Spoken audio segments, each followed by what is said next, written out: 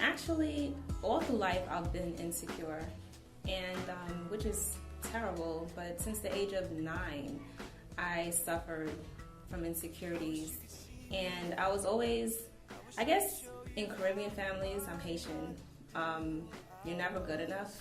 You're either too fat or you're too skinny, but you are never, ever, ever good enough.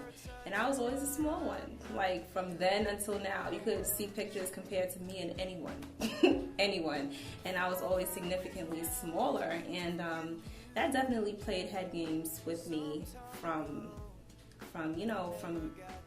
a little girl. And it's something that I always struggled with. I mean, I always wanted to gain weight for myself, but it was also not to be criticized by everyone else, because I felt like everyone always had something to say, and I feel as though people think it's a compliment when they tell you you're so skinny, because this society is so obsessed with being thin or what have you, but every thin person doesn't want to be thin, you feel me?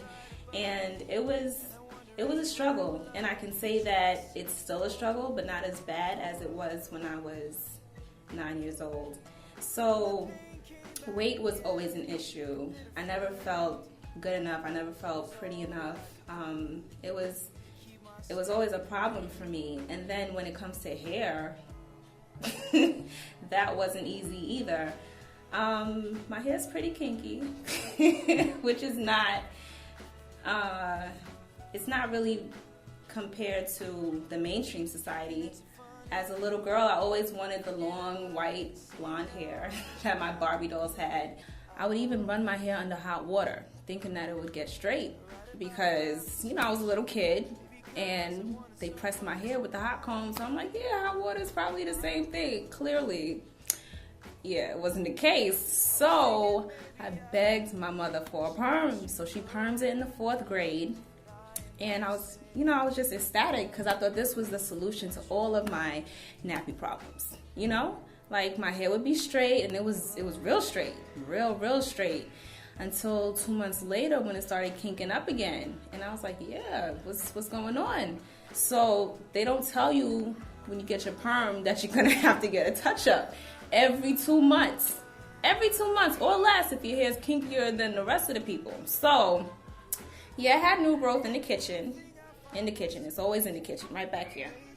And, when you have new growth, you definitely have to reapply it. And you have to reapply the perm well. So, clearly, I had to do this every 2 months from 4th grade up until, I would say, freshman year of college. So, it was a journey, because even with my perm, my hair wasn't as soft as other girls, or, it was just so many issues with me that I had. And, I guess it's a whole beauty problem. You never really accept yourself. So freshman year of college, I went away to school, and I was so sick and tired of the perm, sick and tired of the chemicals, sick and tired of not being able to scratch my head when I wanted to, because, when you're about to get that touch up, you can't scratch. Gotta pat your hair like that. You definitely have to take care of your hair. You cannot comb your hair. You can't brush your hair. I mean, so many rules. They don't tell you this on the little Just For Me box. They don't tell you that. So, freshman year, I finally decided I was gonna do away with all the chemicals. I needed to be free. And I started snipping at my perm gradually until it was all gone, until the two textures started breaking, because if part of your hair is straight and the other part is kinky, it's going to break at the point where both the textures meet. And when I would wash my hair would just be falling out, because the perm was, it was just disintegrating or what have you. And it was a scary process, because can you imagine washing your hair and your hair is just falling out? So I just decided to cut it all off. And when I cut it all off, I was too embarrassed. My hair was definitely kinkier than it was before I put the perm in.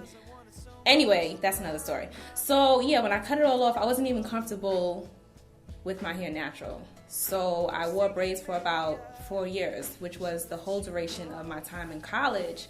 And it was until about 2 years later that I started rocking an afro, because this is me. And I was just, I guess, telling the world in a sense that you have to accept me for me. And it was empowering, because I finally accepted well, I was on the journey towards accepting myself for who I really was. So I've been natural now for about 6 to 7 years, and it's an enlightening period for me, because I am not wishing that I look like anyone else anymore. I'm not wanting to be another person. I'm trying to just be comfortable in my own skin. Looking back at where I have been, it's only God. It's really only God who has brought me through. So yeah, my path to womanhood. Thinking it's a funny thing. I figured out I can sing now. I'm not who I was. I write about love and such. I'm helping you out. Like, don't fight the hand. Do you have, did you turn your phone on?